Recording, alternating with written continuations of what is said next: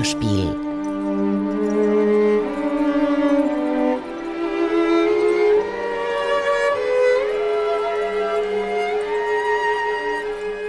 Präsentiert von Philipp Scheiner. In dieser Ausgabe stellt uns der Regisseur und Klangkünstler Stefan Weber sein neues Hörspiel vor, Der Gehülfe, von bzw. nach Robert Walser. In diesem Podcast sprechen wir über die Entstehung dieses Hörspiels, die Bearbeitung eines Romans aus dem Jahr 1908. Robert Walser war als junger Mann nach Berlin gezogen, wo er sich bessere Bedingungen als Schriftsteller erhofft hatte. Dort entstand unter anderem Der Gehülfe. Der Roman erzählt im Grunde eine autobiografische Geschichte, eine über die Mechanismen der Abhängigkeit in Arbeits- und Familienverhältnissen und über die Fortschrittsrhetorik der damaligen Zeit, die der unseren irgendwie zugrunde zu liegen scheint. Die entstehende und dargestellte Trostlosigkeit wirkt, wie Stefan Weber sagt, wie eine Vorwegnahme von Walsers eigenem Schicksal, das ihn mit Anfang 50 auf die Psychiatrie führt, weg vom Schreiben. 30 Jahre lebt er noch in Anstalten. Sein letztes Bildnis, liegend im Schnee, ist wohl sein bekanntestes. Stefan Weber hat sich für die Arbeit wieder mal Zeit genommen, die man dem Stück auch anhört. Hallo Stefan. Ja, grüß dich Gott, Philipp. Wir sprechen in den vergangenen Jahren ja immer wieder mal miteinander, wenn du ein Hörspiel gemacht hast, weil es da jedes Mal einiges zu erzählen gibt. In diesem Fall Der Gehülfe von Robert Walser. Wie ist denn dieses Buch in dein Leben gekommen? Ja, es ist so, dass meine Geschichte mit Walser relativ lang ist und relativ früh in meinem Leben, auch noch zu den Theaterzeiten, begonnen hat. Ich bin auf Robert Walser durch Jürg Ammann gestoßen, ein Schweizer Schriftsteller, mit dem ich sehr befreundet war und auch einige Texte von ihm, unter anderem über Walser, inszeniert habe fürs Theater. Und da ist es irgendwann mal im Laufe der Zeit, wir haben nie ein Stück gemacht, der Gehülfe auf dem Theater, aber ich bin irgendwann mal auf das Buch gestoßen und es muss in den frühen 80ern so was gewesen sein, hat's mich schon damals sehr, sehr frappiert, wie exakt eigentlich Walser das Ganze beschrieben hat, wie man mit dem Geld anderer Leute einen Reichtum pflegen will, so gesehen.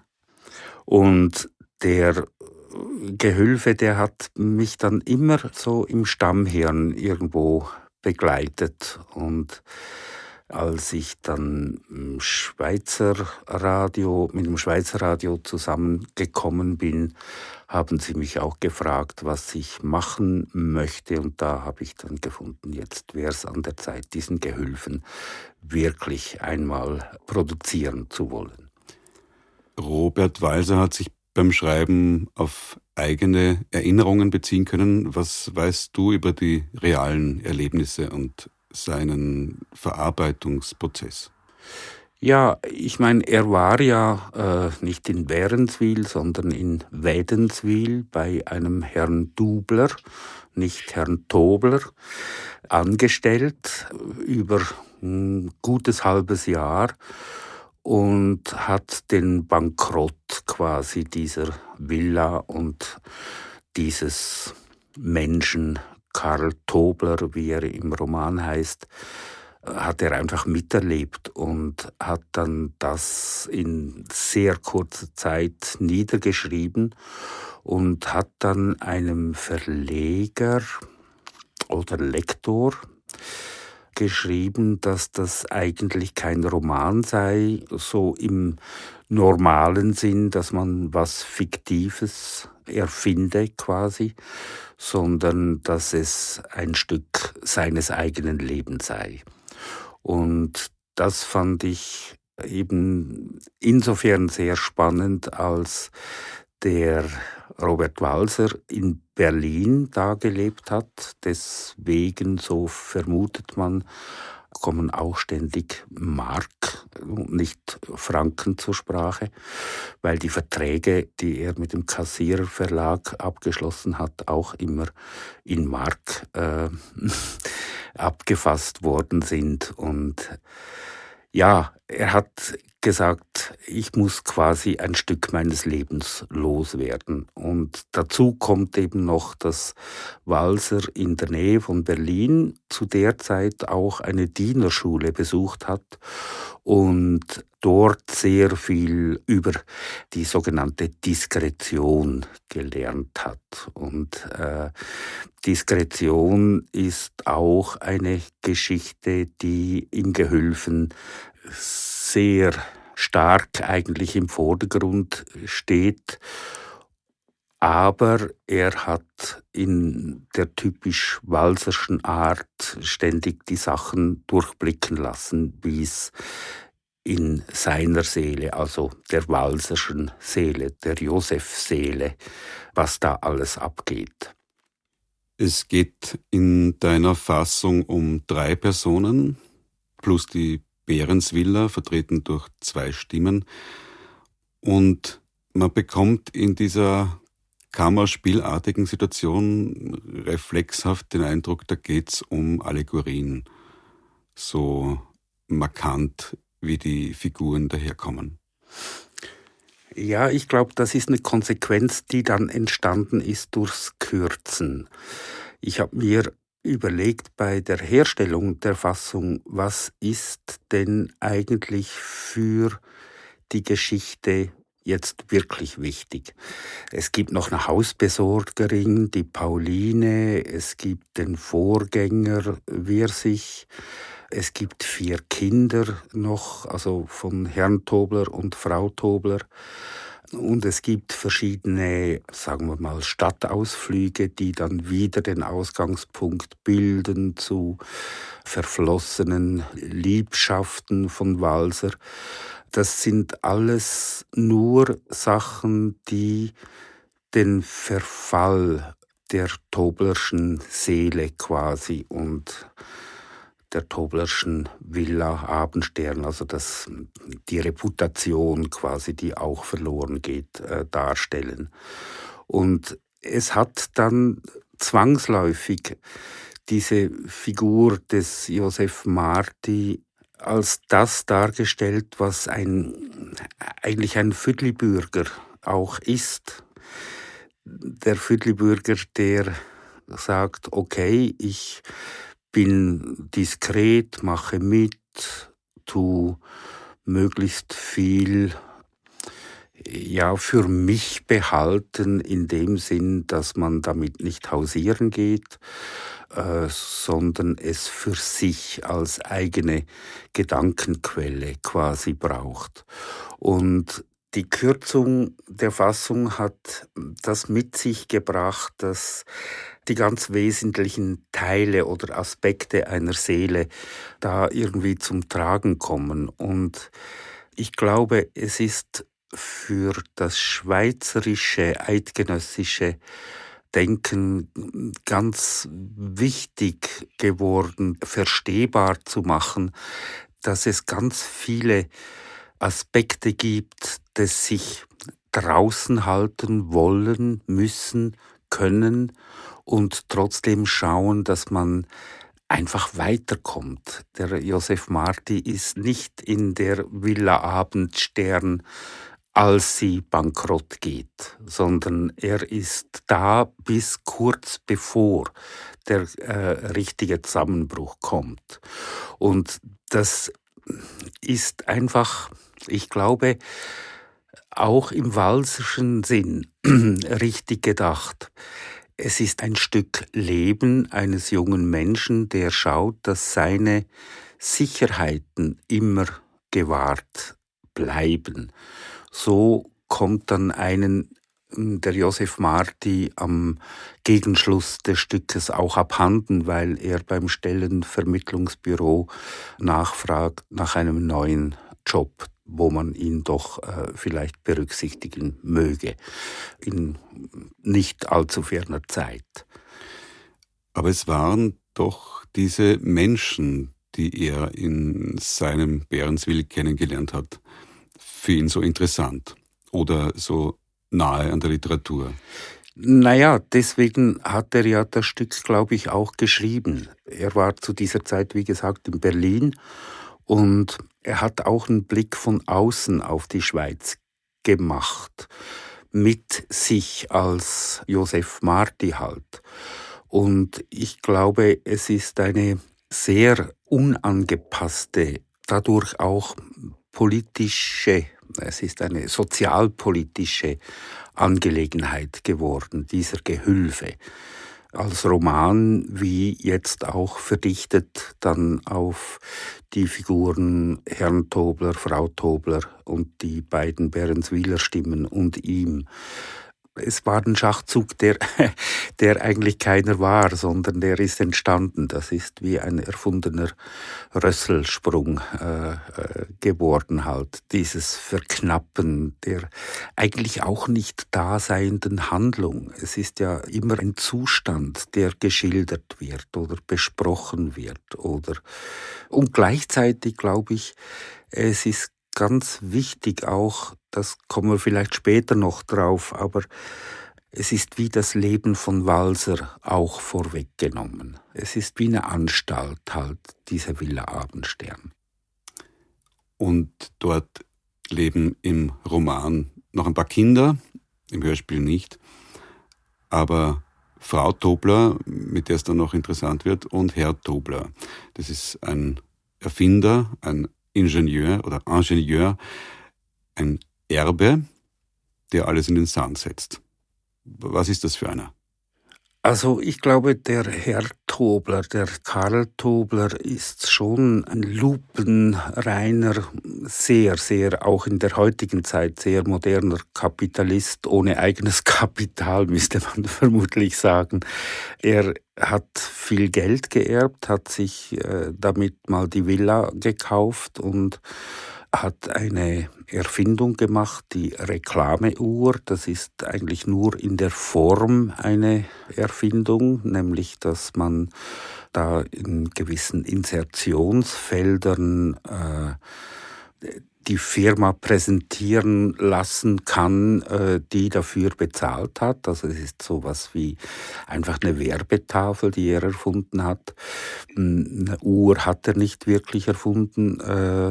Also er investiert in etwas, was nur ihm dann Geld bringt. Und dazu braucht er fremdes Geld, mehr fremdes Geld, weil das Erbe nicht ausreicht. Und das sind so Geschichten, die man heutzutage extrem gut kennt. Also wenn Investoren Milliarden in etwas pumpen, haben sie das Gefühl, sie würden dann das Doppelte an Milliarden zurückkriegen. Also es ist so eine Form von Turbokapitalismus, die er da zu Beginn des 20. Jahrhunderts schon geschildert hat, also Robert Walser über Tobler. Und da dann eine Moral entgegenzusetzen in Form des Joseph Marti, da kommt man einfach unter die Räder. Und das ist eine Form von Gefangenschaft, die da beschrieben wird. Der Joseph Marti in den Fängen quasi des Herrn Tobler, der mit unlauteren Mitteln dann an Geld zu kommen versucht. Und ich glaube, dass das sehr viel damit zu tun hat, warum der Gehülfe auch heute einfach eine sehr, sehr spannende Klammer ist. Wie ist unser Geschäftsgebaren aufgebaut? Damals, so wie es Tobler betrieben hat, eben ohne Erfolg. Heute muss man leider sagen, mit Erfolg. Und Frau Tobler, was ist das für eine Person oder Figur in der Geschichte? Es sind zwei Aspekte. Es gibt die Frau Tobler aus der Sicht von Frau Tobler, nämlich die erfüllende, also ihrem Mann gegenüber erfüllende Hausfrau, im Roman auch Mutter zu sein, und auf der anderen Seite ist sie aus der Sicht von Joseph Marti ein Abbild von Begehrlichkeiten eigentlich. Und das wiederum hat mit dem Robert Walser zu tun, der den Frauen gegenüber, sagen wir mal so, sehr verhalten sich gegeben hat. Und aber natürlich die Begierde gegenüber Frauen hatte. Und bei der Frau Tobler aus der Sicht von Joseph Marti entsteht dieses seltsame Bedürfnis dieser ironisch wirkenden, kalt wirkenden Frau trotz alledem näher zu sein.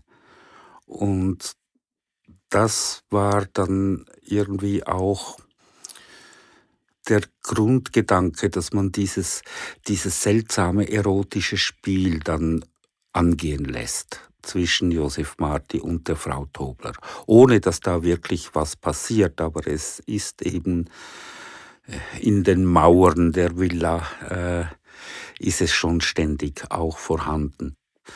Gegenüber ihrem Mann, wenn sie auch im Hörspiel ihn in Schutz nimmt, dann sind das immer vordergründige Geschichten und sie spricht nie von Zuneigung ihrem Mann gegenüber. Sie spricht allenfalls von Verständnis, das man aufbringen muss gegenüber ihrem Mann.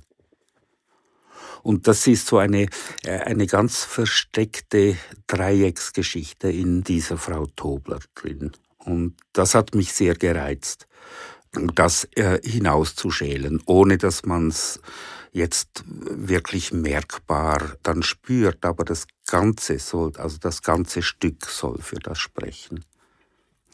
Mir kommt vor, dass in dem Hörspiel so die üblichen walserschen sprachlichen Gesten und Schnörkel und Verhuschtheiten eher eine geringere Rolle spielen, wo doch in den meisten Walserstücken der Autor mit seiner typischen Art im Vordergrund steht. Ich habe den Eindruck, das sollte hier nicht stattfinden. Ja, es findet weniger statt, da hast du auf jeden Fall recht. Auf der anderen Seite schon der Anfang. Es wundert mich beinahe, dass ich einen Schirm bei mir habe. Das ist so eine Alltagsbemerkung, die aber im Sommerregen vor der Villa etwas sehr Seltsames in der Haltung einnimmt und kriegt. Und so kann man eigentlich jeden Satz im Hörspiel als walsersches Bonmot nehmen. Was mir sehr wichtig war, ist, dass man es wegspielt, dass sie sich nicht auf diese Pointen setzen. Die Pointen sollen sich immer aus den verschiedensten, sehr komischen Situationen, wo die Leute sich drin bewegen, dann ergeben, aber nie auf das situativ inszeniert werden. Und deswegen mag die ganze Stimmung relativ normal, kommt als normal dahin oder daher, oder man hat das Gefühl, es ist eine etwas gekünstelte Sprache, aber sie ist ganz normal, sie bleibt einfach bei sich. Und dann gibt's gewisse große Sätze, die, was fällt mir gerade in den Sinn, es gibt so einen Albtraum, den er dann kriegt, auch im Zusammenhang mit einer Ruderfahrt, die er mit Frau Tobler unternimmt, wo seine Gedanken mit ihm durchgehen und der Albtraum entsteht dann einfach. Und da kommt so ein Satz, das endet dann im Kontor, in seinem Arbeitsbüro. Das war grün vor Schadenfreude. Das sind so typisch überhöhte walsersche Sätze, die da daherkommen. Aber die ganze walsersche Sprache hat was seltsam Verworrenes. Es fällt einfach nicht so sehr auf, weil die Leute sich nicht drauf gesetzt haben.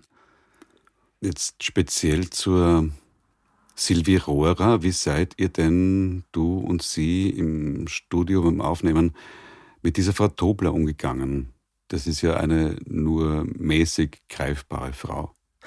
Also dadurch, dass sie nie wirklich Stellung bezieht, mit Ausnahme des Schlusses.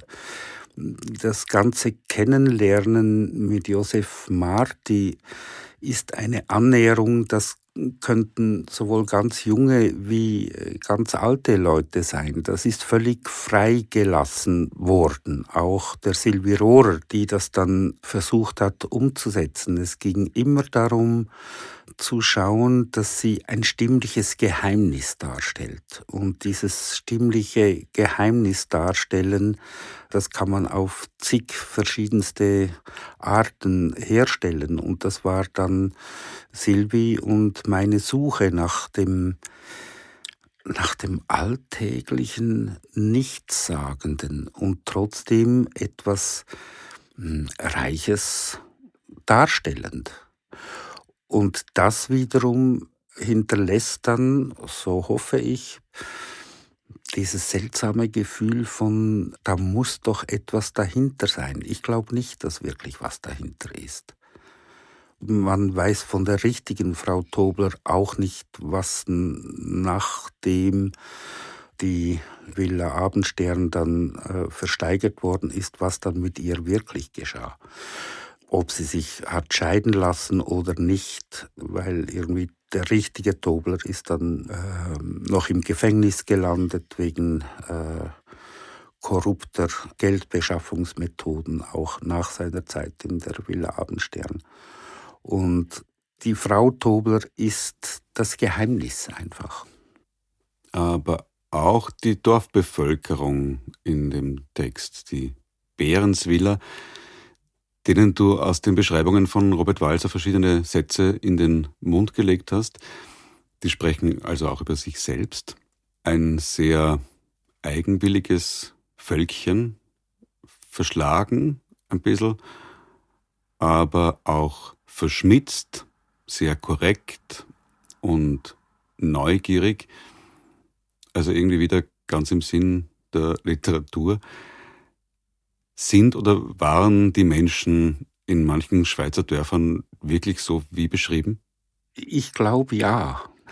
Das höre ich auch heute. Ich lebe in einem größeren Dorf. Das wird in etwa dieselbe Größe haben wie das Behrenswil, also das Wädenswil, historisch richtig beschrieben. Dieses Wädenswil oder eben Behrenswil, ja, hat ein paar tausend Einwohner, hat auch Villen, hat Einfamilienhäuser und es gibt eine Meinung, die vorherrscht und das ist im Roman auch sehr toll beschrieben.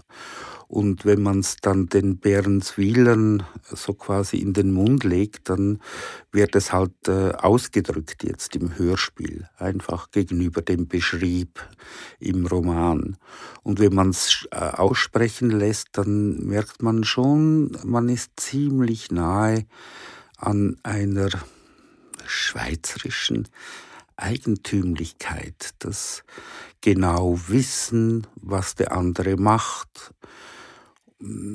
Also mir kommt gerade dummerweise oder lustigerweise eine Szene in den Sinn von Emil, dem Schweizer Kabarettisten, der hat eine Nummer gehabt, die heißt Am Fenster und da schaut einer halt zum Fenster hinaus und schaut, was die anderen Leute so machen und sagt dann über die Frau sowieso, die hat jetzt in 2 Zimmern Licht und sie ist doch aber allein.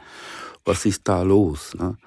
Und das hat so was von den Behrenswilern auch. Die sagen das dann halt einfach in einem walserschen Sinn, sehr schön ausgedrückt. Aber die Absurdität, das ist Alltag. Das ist, man kann sich in jede Kneipe setzen und mitschreiben. Man hört die tollsten Dialoge, die sind walsersch. Oder walsersch ist eben heute.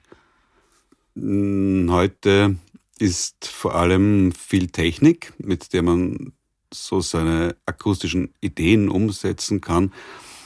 Aber vorher braucht man Ideen. Was hast du dir denn für die klangliche Umsetzung, für die Gestaltung da so vorgestellt? Ja, ich glaube, das waren zwei Hauptthemen. Das eine war, dass das Ausleeren der Seelen quasi, dass das irgendwie akustisch kundgetan wird. Das heißt, die Villa wird entweder immer größer, das muss man den, muss man den ZuhörerInnen überlassen, oder die Zimmer werden immer leerer, wie eben die Seelen auch leerer werden, weil die Idee des Herrn Toblers, die ganze Geschichte in den Griff zu kriegen und ein reicher Mann zu bleiben mit Hilfe einer Reklameuhr, das hat nicht hingehauen. Und die Versuche, an weiteres Geld zu kommen, das wird immer, man muss es so sagen, peinlicher. Und die Leute, die sich in diesem Dunstkreis so quasi bewegen, die werden immer leerer. Und deswegen entstand auch die Idee, das Ganze eben leer zu machen. Und das Zweite ist die Idee, aus der Villa Abendstern auch die Anstalt, jetzt sind wir eben schon dabei, zu machen, wo der Walser die letzten 30 Jahre dann auch verlebt hat und dort auch verstummt ist und allenfalls mit seinem Mentor Karl Selig noch gewisse Spaziergänge unternommen hat. Aber ansonsten ist der Walser auch wirklich verstummt mit seinen Mikrogrammen, die er plötzlich begonnen hat zu schreiben, eine ganz kleine, millimeterkleine Schrift, wo er dann ja, im Nichts seiend quasi seine Geschichten aufgeschrieben hat, verstummend.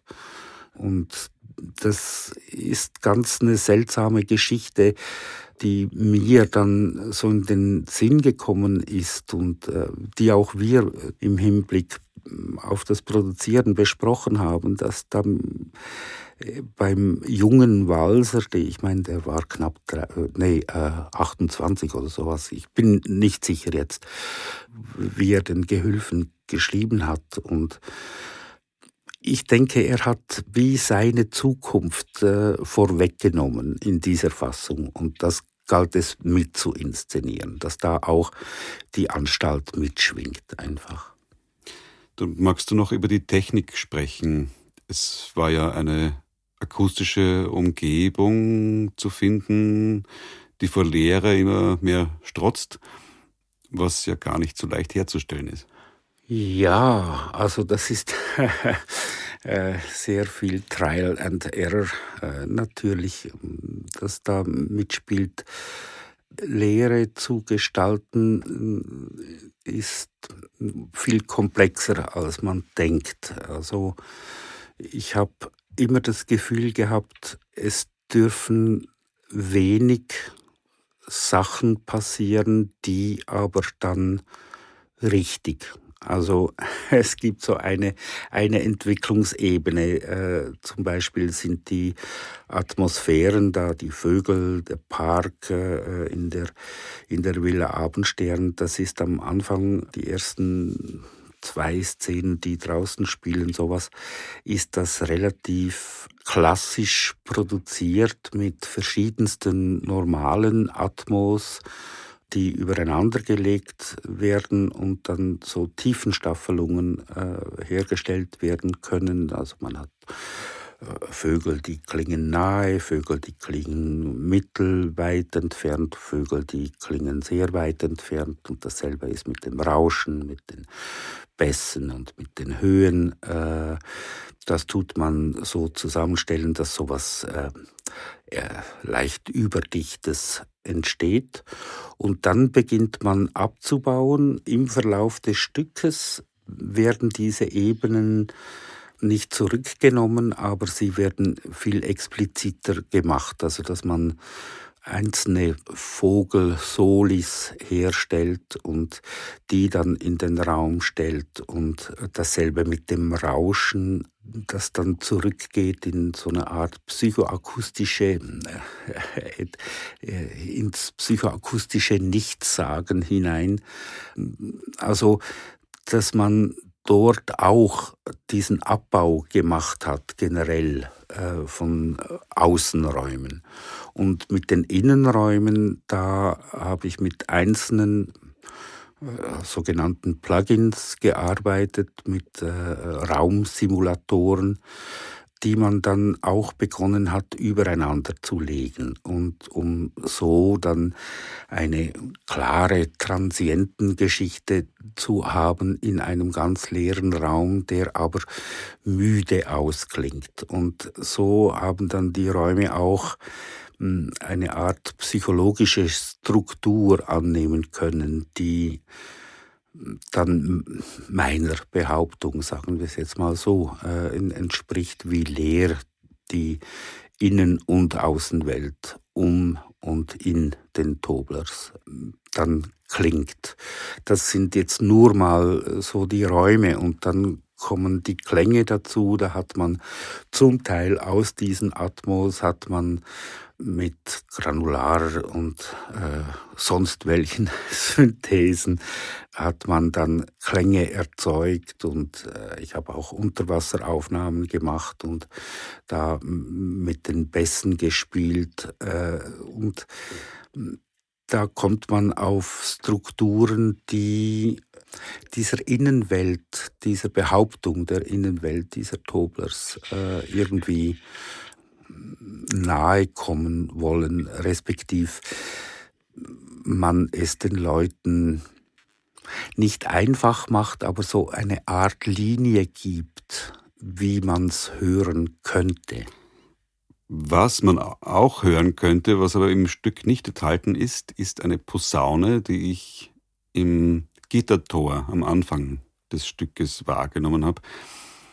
Es ist aber einfach nur ein sehr großes Tor, und man hört auch Schritte, die in einem sonderbaren Widerspruch zum Rest des Geschehens stehen. Was hat es denn mit diesem Hyperrealismus auf sich? Naja, es geht ja, das Gittertor hat die Aufgabe, sowohl eine Anstalt wie Gitter oder wie Mauern zu durchbrechen.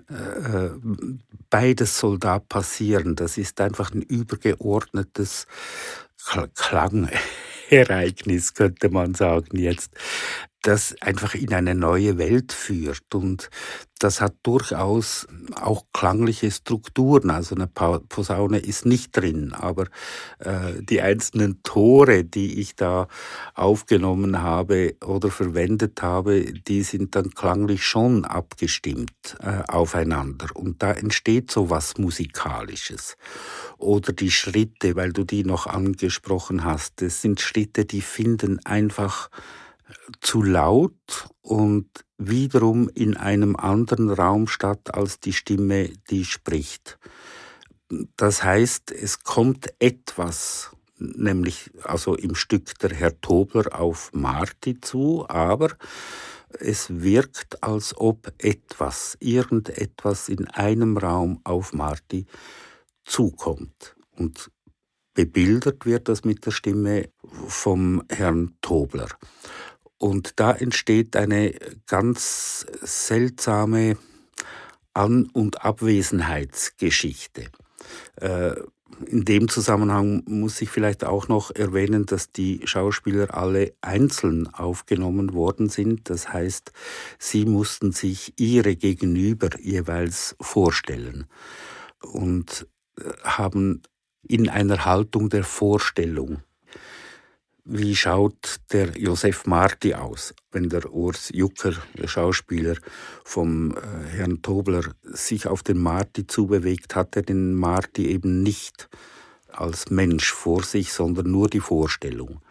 Und mit solchen Raumüberschneidungen habe ich eigentlich diese Art des Produzierens auch verstärken wollen. Es sind hyperrealistische Geräusche, auch die Uhr. Es kommen überall immer wieder Uhren vor, die wirken natürlich, haben aber, wenn man ganz genau hinhorcht, auch immer einen eigenen Raum. Oder sind in einem Raum so verteilt, dass es akustisch eher nicht möglich ist. Aber es tönt angenehm. Und die Uhr als solches, das ist auch einfach es ist die Maschine, die zum Absturz führt. Jetzt kann man das eben hyperrealistisch machen oder man kann eben diesen Hyperrealismus in solche Räume verpacken, die nur vermeintlich etwas miteinander zu tun haben. Und man hat trotzdem ein Gefühl von einer Einheit eines Raumes.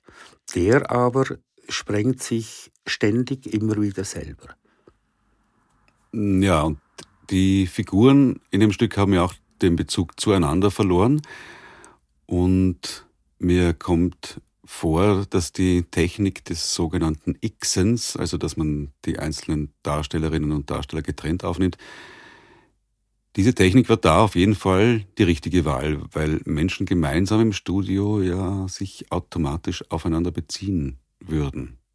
Ich glaube es auch. Gerade in diesem Stück war das extrem wichtig. Und es war auch in den Gesprächen mit den SchauspielerInnen nach den Aufnahmen ein einhelliges D'accord, dass das genau richtig war, dass sie nur mit ihren Vorstellungen, wie die anderen Seelen tönen könnten, sprechen sollten. Und es hat wirklich dazu geführt, dass vordergründig hat man das Gefühl, sie sind wirklich miteinander.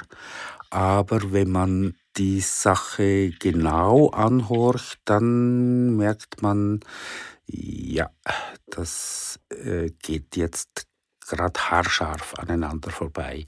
Und das ist etwas, was auch etwas mit dem heutigen Zusammenleben zu tun hat, das nicht mehr wirklich beieinander sein. Und ich glaube, in diesem Sinn hat es dem Gehülfen sehr gut getan, dass die Energien jeweils immer bei der sprechenden Person sind und nicht auf die Abnahme oder die Übergabe eines Dialogteils an die andere Stimme dann beeinträchtigt geworden wären. Und das wiederum, eben das geixte Aufnehmen, das verstärkt die Einsamkeit der einzelnen Stimmen sehr. Und das war in diesem Sinn war das sehr wichtig und sehr gut, es so zu machen. Die Figuren haben ja nicht nur die Resonanz miteinander oder zueinander verloren, sie sind allem Anschein nach auch nicht so ganz bei sich. Sie zögern manchmal, man weiß nicht warum, es bleiben immer Fragen. Und sowas entsteht mit allen möglichen Mitteln, auch schon bei der Aufnahme natürlich, aber nicht zuletzt mit dem Sprachschnitt. Welche Rolle spielt denn der für dich? Ja, also man hat schon während den Aufnahmen darauf geachtet, dass man eine schnelle, eine langsame Version, eine laute, eine leise, eine gegen innen gedrehte und eine gegen außen gekehrte Fassung hatte, aber das Wichtigste war dann schon der Schnitt eigentlich und der hat auch wirklich lang gedauert, weil man kann das vielleicht so sagen, also eine Pause um 10 Millisekunden zu verlängern oder zu verkürzen, es kann eine Szene super machen oder schlecht machen. Es hängt wirklich manchmal von 10 Millisekunden, 15 Millisekunden ab, wie die Wörter daherkommen und wann hält der Sprecherin oder die Figur dann, wenn sie montiert ist oder wird, wann halten sie inne, wann wird's schnell. Und das war dann auch eine Geschichte, wo ich tagesverfassungsmäßig mir selber immer irgendwie verfallen bin. Also gab durchaus Tage, da habe ich geschnitten und habe dann gedacht, gut, einmal drüber schlafen und dann kommt das dann schon. Und am nächsten Morgen gemerkt, dass ich mir selber eine Grube gegraben habe und noch hineingefallen bin. Und das war ein ständiges Hin und Her. Und so ging das dann weiter. Welche Geräusche, welche Klänge sind dann wirklich wichtig? Muss da noch was an Klang dazukommen? Muss eine Fläche dazukommen? Lässt man es ganz still? Das war eine Entwicklungsgeschichte, die hat mehrere Monate gedauert, bis man so ein Gebäude dann errichtet hatte und sagen konnte, grundsätzlich stimmt das jetzt mal so. Und dann ist dann erst der Überblick entstanden und dann konnte man ganz präzise nochmal mit Geräuschen oder Klängen nochmal dahinter gehen und es dann nochmal verdichten, bis es wieder zu dicht wurde und man wieder Sachen rausnehmen musste. Wie viele Monate bist du gesessen? Ja, alles in allem sicher 8 Monate. Plus der Vorlauf, das kann man ja nicht genau sagen. Also nicht jeden Tag arbeiten dran, aber es halt mitnehmen ins Leben und mit dem Teil zusammenleben. Das ist eine vor allem intuitive Arbeit mit sich allein. Man muss ja selber immer ein gutes Gefühl haben bei einer Geschichte, die man produziert. Und ich bin jemand, der sehr gerne für mich da im Studio sitzt und ganz allein mit mir hadere oder mir dann ab und zu auch mal auf die Schultern klopfe, wenn es wirklich was geworden ist. Und das ist mein Umgehen mit der Öffentlichkeit. Wenn ich finde, okay, das kann man jetzt wirklich zeigen, dann kann man es abgeben. Der Weg dahin, der ist mir am Anfang eines Stückes immer verborgen. Ich weiß nicht, wo es hingehen soll am Anfang eines Stücks. Ich habe ein Konzept natürlich, aber was dann wie klingen muss und soll, dass es am Schluss eine Einheit gibt, das erschließt sich mir erst im Moment, wo ich beginne, eine Fassung zu schreiben, respektive ich beginne dann mit den Sprachaufnahmen. Und dann ist jeder Tag ist dann aufregend und spannend und hilft mir dann für in einer Woche zu denken oder also es ist immer ein Vorwärtsstolpern eigentlich, aber das ist ein schöner Zustand. Und was war zum Abschluss jetzt, was war denn eine besonders große Freude beim Machen? So vielleicht einen Monat vor Schluss war ich mal durch, so grosso modo. Und da habe ich mal das Ganze en bloc zusammen angehorcht, ohne da ständig auf die vielen Spuren zu achten, sondern einfach zugehört. Und da habe ich das Gefühl gekriegt, ja, das kann wirklich was werden. Und da wurde ich sehr unruhig und ungeduldig und dann musste es irgendwie ganz schnell gehen und da wusste ich, dass es aufgeht. Und das war etwa, ja, eine Rohhöstmischung, einen Monat vor Schluss. Jetzt ist es fertig und online verfügbar. Danke dir, Stefan, für deinen Bericht über den Gehülfen. Danke dir, Philipp. Bis bald. Fertig.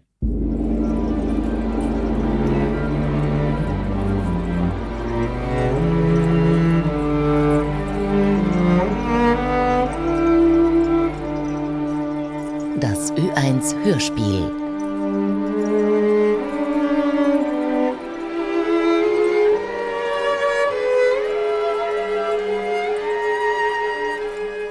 Präsentiert von Philipp Scheiner.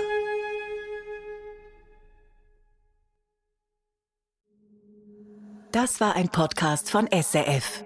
Produziert im Auftrag der SRG.